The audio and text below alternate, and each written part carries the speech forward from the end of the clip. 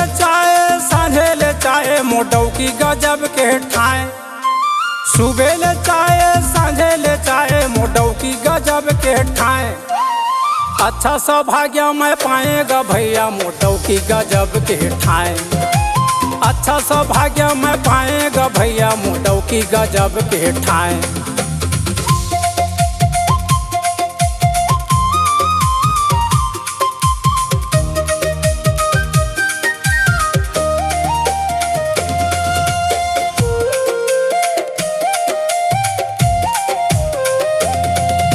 सुबह सुबह मोरे डौकी हउट थे कन्या मटकावत पानी ला भर थे।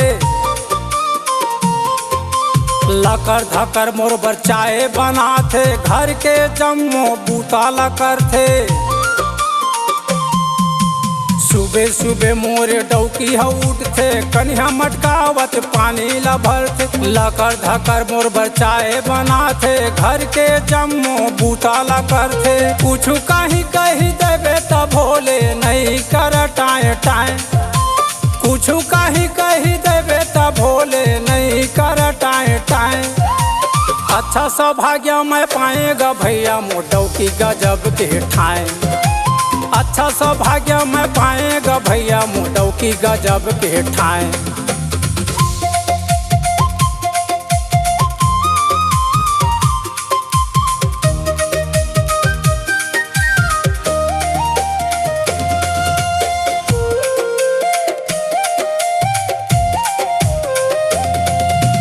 काना फुसीला जाने नहीं वो है लाइल गिरीला कर नहीं वो है।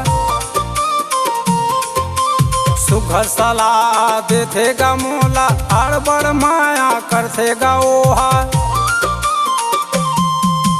काना फुसीला जाने नहीं वो है लाइल गिरीला कर नहीं वो है। सुघर सलाह देथेगा मोला अड़बड़ माया करथेगा ओहा। पति धर्म ला निभाथे ओहा सेवा करे साए साए। पति धर्म ला निभाथे ओहा सेवा करे साए साए। अच्छा सौभाग्य मैं पाएगा भैया मोटौ की गजब के ठाए। अच्छा सौभाग्य मैं पाएगा भैया मोटौ की गजब के ठाए। अच्छा सौभाग्य मैं पाएगा भैया मोटौ की गजब के ठाए। अच्छा सौभाग्य मैं पाएगा भैया मोटौ की गजब के ठाए।